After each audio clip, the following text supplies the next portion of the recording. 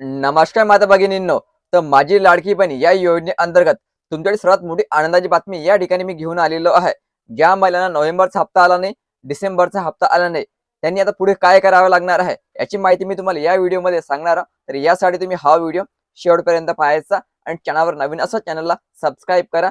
योजनेबाबतची प्रत्येक अपडेट तुम्हाला मिळत राहील. तर महिलांनो, माझी लाडकी बहीण या योजनेअंतर्गत लाखो महिलांना या ठिकाणी नोव्हेंबरचा हप्ता आला नाही आणि काही महिलांना डिसेंबरचा पण हप्ता आला नाही. तर याचं मुख्य कारण जेव्हा समोर आलं, ते होती तुमची ई-के-वाय-सी या ठिकाणी चुकलेली आहे आणि बऱ्याचशा महिलांनी आपली ई-के-वाय-सी या ठिकाणी केलेलीच नाही आहे.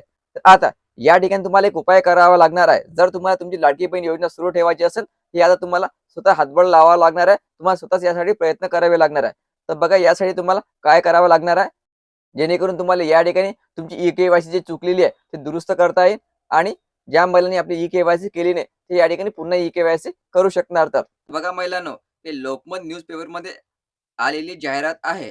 तर या ठिकाणी बघा स्पष्ट म्हटलेलं आहे, तांत्रिक घोटाळ्यामुळे अडचणीत आलेल्या लाडक्या बहीण योजनेतील लाभार्थ्यांच्या समस्या तोडगा काढण्यासाठी प्रशासकीय हालचाली सुरू झाल्या असून या संदर्भात जिल्हाधिकारी कार्यालय किरण पाटील यांनी 20 जानेवारीला समिती बैठक बोलावलेली आहे आणि यामध्ये ज्या महिलांनी आपल्या ई-के-वाय-सी करताना गडबडी केलेली आहे, चुकीचे पर्याय निवडलेले आहे, अशा लाखो महिला या ठिकाणी असल्यामुळे त्यावर तोडगा काढण्यासाठी ही बैठक बोलावलेली आहे. तर अशा प्रकारचं आता परिपत्रक हे पाठवायला सुरुवात झालेली आहे. माननीय उपायुक्त महिला बाल विकास पुणे विषय मुख्यमंत्री माझी लाडकी बहीण योजनेतील लाभार्थी ई-के-वाय-सी अडचणीबाबत. तर आता ज्या महिला अपात्र झालेल्या, ज्या ज्या महिलांनी ई-के-वाय-सी केलेली आहे, ती चुकलेली आहे, त्यांच्यासाठी या सर्व हालचाली आता सुरू झालेल्या आहे. तर बघा या ठिकाणी म्हटलेलं, सद्यस्थितीत अर्जदारांची अर्जाची स्थिती तपासली असता अनेक अर्जदारांचा अर्ज रिजेक्ट झालेला असून कारण ई-के-वाय-सी गव्हर्नमेंट इन्फो वन असे नमूद केले आहे. परंतु सदर अर्जदाराची कुटुंबातील शासकीय कर्मचारी नसल्याने संदर्भ क्रमांक 456 नुसार दर्शनात आणून दिले आहे. या ठिकाणी काय म्हटलेलं आहे, तुम्ही जेव्हा ई-के-वाय-सी केलेली आहे, त्यामुळे त्या ऑप्शननुसार तुमच्या परिवारामध्ये कोणीतरी शासकीय कर्मचारी सरकारी नोकरीवर आहे, यामुळे तुमचा अर्ज या ठिकाणी रिजेक्ट केलेले आहे. पण जेव्हा काही महिला महिला बालविकासच्या ऑफिसमध्ये गेले, तेव्हा त्यांनी चेक केले, की तुमचा अर्ज या ठिकाणी का रिजेक्ट करण्यात आलेला आहे. त्यामध्ये त्यांना दाखवण्यात आलेलं आहे, ई-के-वाय-सी गव्हर्नमेंट इन्फो वन म्हणजे तुमच्या परिवारामधील कोणतरी शासकीय नोकरीवर आहे. पण खरं पाहिलं तर त्यांच्या परिवारामध्ये कोणी शासकीय नोकरीवर नाही आहे. मी जेव्हा सुरुवातीला ई-के-वाय-सी करताना ऑप्शन निवडलेलं होतं, नाही, नाही. त्या ठिकाणी तुम्हाला होय, होय करायला पाहिजे होतं. पण तुम्ही बऱ्याचशा महिलांनी या ठिकाणी नाही, नाही ऑप्शन निवडले. त्यामुळे त्यांना या ठिकाणी अपात्र केलेले आहे, असं या ठिकाणी निदर्शनास येत आहे.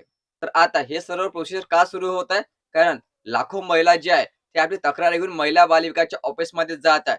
जर तुम्हाला तुमची ई-के-वाय-सी पुन्हा सुरू करायची असेल, तुमचे अर्ज रिजेक्ट झालेले आहे, हे पुन्हा तुम्हाला पात्र करायचे असेल, तर तुम्हाला पण आता प्रत्येकाने महिला बालविकासच्या ऑफिसमध्ये जावं लागेल.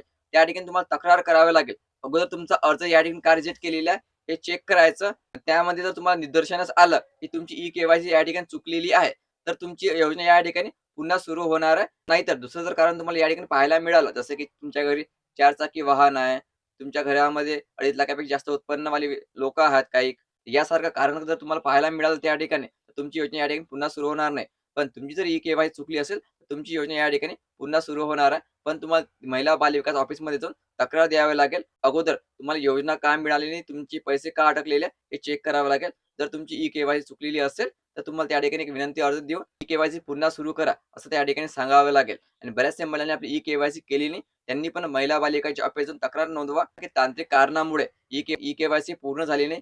शेवटचे 4 दिवस ई-के-वाय-सीची वेबसाईट पूर्णपणे बंद होती, याची तक्रार त्या ठिकाणी करा महिला बालविकासच्या ऑफिसमध्ये.